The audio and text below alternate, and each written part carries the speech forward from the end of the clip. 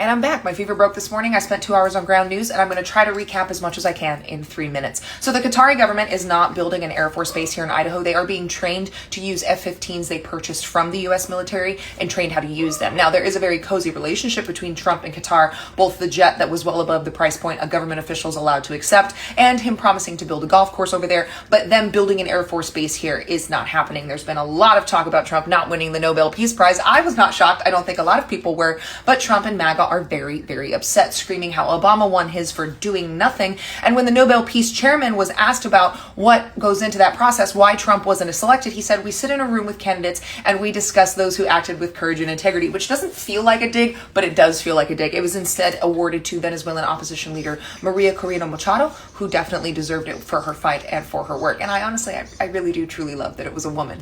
I do find it interesting that the Kremlin threw their hat in the ring and said that they would support Trump getting the Nobel Peace Prize. Just interesting. So Oklahoma governor has now pushed back on the Trump administration, saying that them sending troops into Chicago is a violation of states' rights and the Constitution. And it's about time that Republican governors started pulling their pants on and actually saying something, because here in Tennessee, Bill Lee just does whatever they want. In fact, Tennessee just found out that most of our school vouchers went to rich families, which is what everyone said they would do. And Bill Lee just gave the green light for troops to enter Memphis. Now they're hanging out mostly at the Pyramid and shopping centers. They've been seen at Bass Pro Shop and taking pictures with tourists, because that's a good use of taxpayer dollars. Speaking of taxpayer dollars, Kristi Noem is using more taxpayer money to hire private security for ICE agents, security that are armed with live ammunition, because she claims drug cartels are taking out bounties on ICE, none of which she's been able to prove or provide evidence for. And speaking of a lack of evidence, RFK Jr. has now abandoned Tylenol as the cause of autism and says it's early circumcision, which is really interesting when you think about how that might apply to women. The stock market has been in free fall this morning because Trump has now promised new tariffs on China instead of meeting with Chinese leaders and trying to correct the situation, because we have $20 billion to bail out Argentina because their conservative policies aren't working, but they're getting to sell their soybeans to China